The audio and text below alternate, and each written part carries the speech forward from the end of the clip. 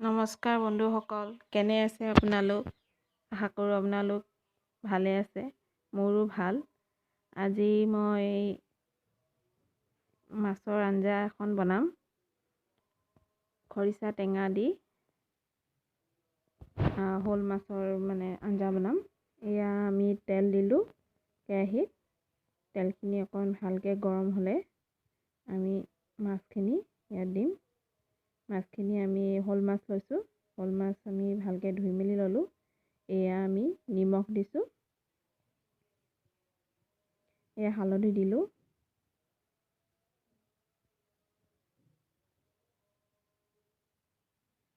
নিমখ হালধি ভালকৈ মিহলাই এতিয়া আমি তেলত ভাজিব দিম মাছখিনি।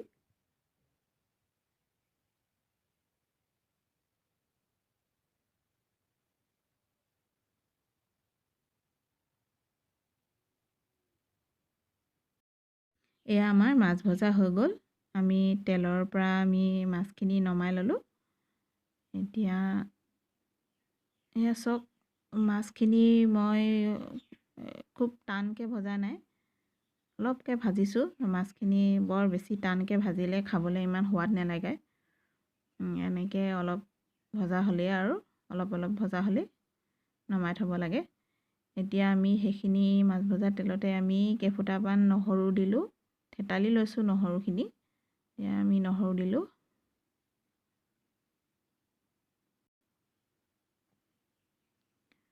নহৰুখিনি আমি এতিয়া অকণমান ভাজিব লাগিব, ৰঙচুৱাকৈ।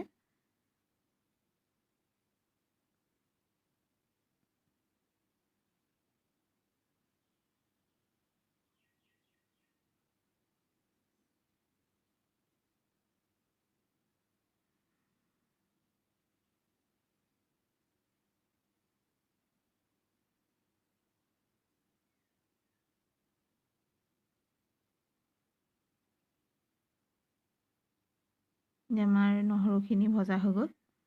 এতিয়া আমি তেলত অলপ হালধি দিম। অলপ হালধি দিছোঁ আমি।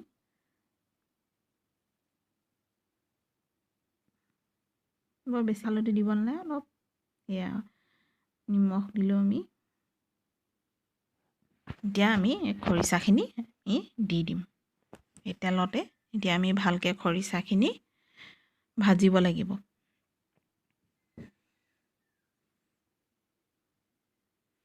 প্ৰায় 10-15 মিনিটমান এই তেলতে ভাজিব লাগিব খৰিচাখিনি, যাতে কেঁচা ভাৱটো নাইকিয়া হৈ যায়। আমি তেনেকৈ অলপ ভাজি থাকিব লাগিব। প্ৰায় 10 মিনিটমান ভাজিলেই হ'ব। আমি ভালকৈ লৰাই আছোঁ, নহ'লে লাগি যোৱাৰ চান্স থাকে কেৰাহীত। এয়া মোৰ খৰিচা ভজা হৈ গৈছে প্ৰায়। এতিয়া আমি পানী অলপ দি দিম খৰিচাখিনি সিজিবলৈ।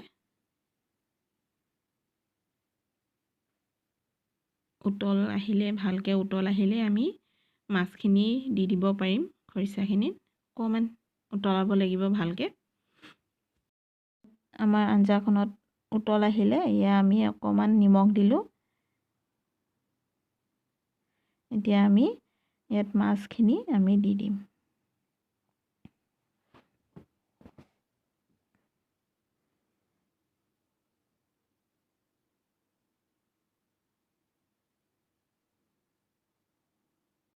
তৰকাৰীখনত আৰু অকণমান পানী দিব লাগিব।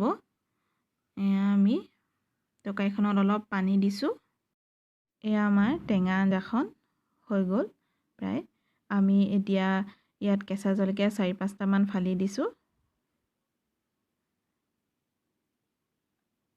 আঞ্জাখন ইমানটো জুলীয়া হ'ব লাগিব।